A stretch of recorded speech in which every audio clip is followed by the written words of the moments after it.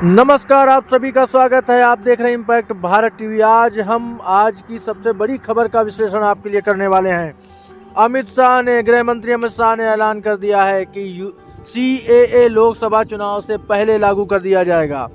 ये कानून किसी भी की नागरिकता नहीं छीनेगा। मुस्लिम समुदाय को उकसाने का प्रयास किया जा रहा है। इस विषय पे इसी खबर का आज हम विश्लेषण करेंगे। गृह मंत्री अमित शाह ने कहा है कि लोकसभा चुनाव से पहले देश में सिटीजनशिप अमेंडमेंट एक्ट यानी CAA लागू हो जाएगा।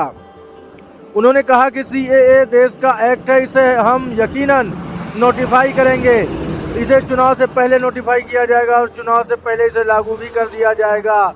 इसे लेकर कोई कंफ्यूजन नहीं होना चाहिए। अमित शाह ने शनिवार को एक चैनल के बिजनेस समिट में शामिल होकर के वहां पर ये सारी बातें कही। उन्होंने कहा कि कांग्रेस सरकार ने CAA लागू करने का वादा किया था। जब कई देशों में अल्पसंख्यक लोगों पर अत्याचार हो रहे थे तो कांग्रेस ने रिफ्यूजियों को भरोसा दिलाया था कि वो भारत आ सकते हैं, उन्हें यहाँ की नागरिकता दी जाएगी। लेकिन अब कांग्रेस अपनी बात से मुकर रही है। गृह मंत्री ने कहा कि हमारे देश के अल्पसंख्यक समुदायों, खासतौर पर मुस्लिम समुदाय को उकसाया जा रहा है। CAA किसी की सिटीजनशिप नहीं छीन सकता है क्योंकि इसमें ऐसा कोई प्रावधान ही नहीं है। CAA ऐसा एक्ट है जो बांग्लादेश, अफगानिस्तान और पाकिस्तान में अत्याचार सह रहे रिफ्यूजियों को नागरिकता दिलाएगा। आजाद भारत का ये पहला ऐसा चुनाव होगा जिसमें भारत को महान राष्ट्र बनाने के एजेंडे पर चुनाव लड़ा जाएगा। अमित शाह ने कई अहम बातें बताई हैं और जनता का फैसला, उन्होंने कहा जनता का फैसला भी महान भारत के मुद्दे पर ही आएगा। PM मोदी ने 2047 तक आत्मनिर्भर भारत और विकसित भारत का एजेंडा देश की जनता के सामने रखा है। मेरा मानना है कि 2047 से पहले PM मोदी के तीसरे टर्म में ही इसका ज्यादातर काम पूरा कर लिया जाएगा। जहां तक चुनाव के नतीजों का सवाल है, उसमें कोई सस्पेंस नहीं बचा है।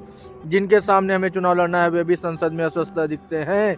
इस बार भी उन्हें पक्ष में ही बैठना है। उन्होंने कहा अपने एजेंडा और अपने कार्यक्रम के साथ अडिग हैं। कई साथी आते हैं, कई साथी चले जाते हैं। भाजपा ने कभी किसी साथी को NDA से नहीं निकाला है। हमने हमेशा गठबंधन का धर्म निभाया। हमारी विचारधारा जनसंघ की स्थापना से लेकर आज तक एक ही है और भविष्य में भी इसमें कोई बदलाव नहीं होगा। ये विचारधारा जिसे भी सही लगती है वो हमारे साथ आए। हमारे यहाँ उनका स्वागत है। ये चुनाव NDA बनाम इंडी गठबंधन नहीं बल्कि घोर निराशा और उज्जवल भविष्य के बीच है। ये चुनाव भ्रष्टाचार से युक्त शासन और भ्रष्टाचार के प्रति जीरो टॉलरेंस के बीच में है। ये चुनाव आतंकवादियों के साथ बातचीत की पॉलिसी वालों और आतंकवाद को खत्म करने की पॉलिसी वालों के बीच में है। श्वेत पत्र से स्पष्ट हो गया है कि कांग्रेस और भ्रष्टाचार दोनों एक दूसरे के पर्याय हैं। सिर्फ UPA 1 और UPA 2 में ही 12 लाख करोड़ के घोटाले करके उन्होंने जनता में एक निराशा का माहौल बना दिया था। आज 10 साल बाद हमारे विरोधी भी हम पर एक पैसे के घोटाले का कोई आरोप नहीं लगा सकते। इस प्रकार का शासन हमने दिया है।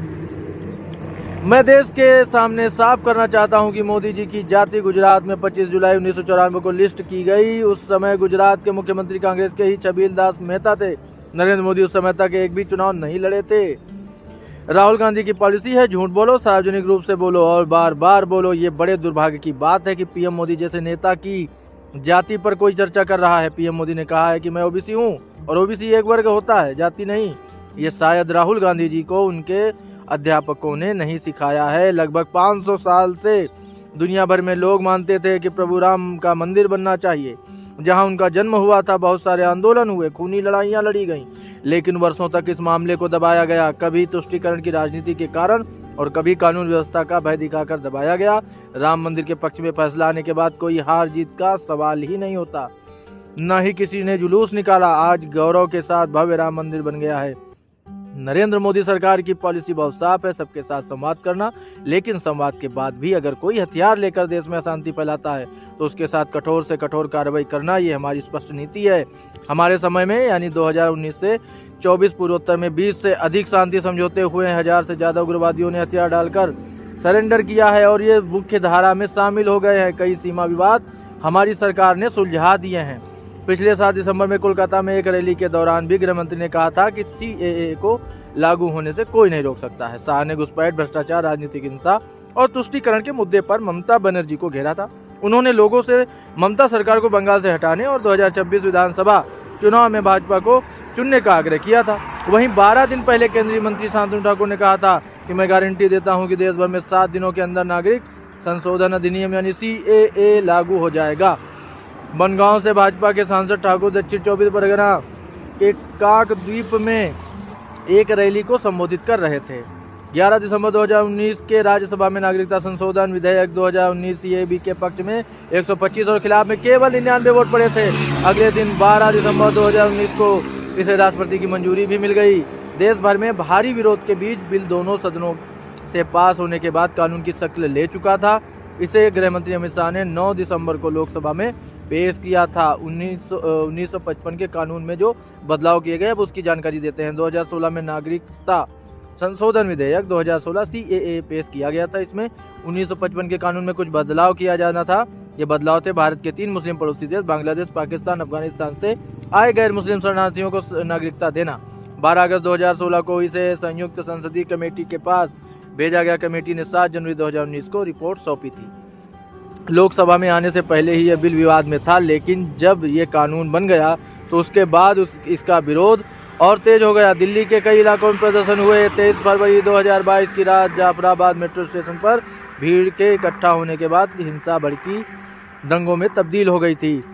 4 राज्यों में CAA के विरोध में प्रस्ताव पारित हो चुका है। CAA बिल के संसद के दोनों सदनों में पास होने के बाद 4 राज्य इसके विरोध में विधानसभा में प्रस्ताव पारित कर चुके हैं। इससे पहले केरल के मुख्यमंत्री पिनाराई विजयन ने दिसंबर 2019 में CAA के खिलाफ प्रस्ताव पेश करते हुए कहा कि यह धर्मनिरपेक्ष नजरिए और देश के ताने बाने के खिलाफ है। इसमें नागरिकता देने से धर्म के आधार पर भेदभाव होगा। इसके बाद पंजाब और राजस्थान सरकार ने विधानसभा में CAA के खिलाफ प्रस्ताव पारित किया। चौथा राज्य पश्चिम बंगाल था, जहां इस बिल के विरोध में प्रस्ताव पारित किया गया। पश्चिम बंगाल की CM ने कहा था, बंगाल में हम CAA, NPR और NRC की अनुमति ही नहीं देंगे। तो आज की ये सबसे बड़ी खबर है जिसका विश्लेषण हमने आपके लिए किया है। अमित शाह ने कह दिया है कि लोकसभा चुनाव से पहले CAA पूरे देश में लागू किया जाएगा। अब देखते हैं आगे क्या होता है, आपको बताते रहेंगे। तब तक आप हर बड़ी खबर देखने के लिए देखते रहिए इम्पैक्ट भारत टीवी। आप देख रहे हैं इम्पैक्ट भारत टीवी।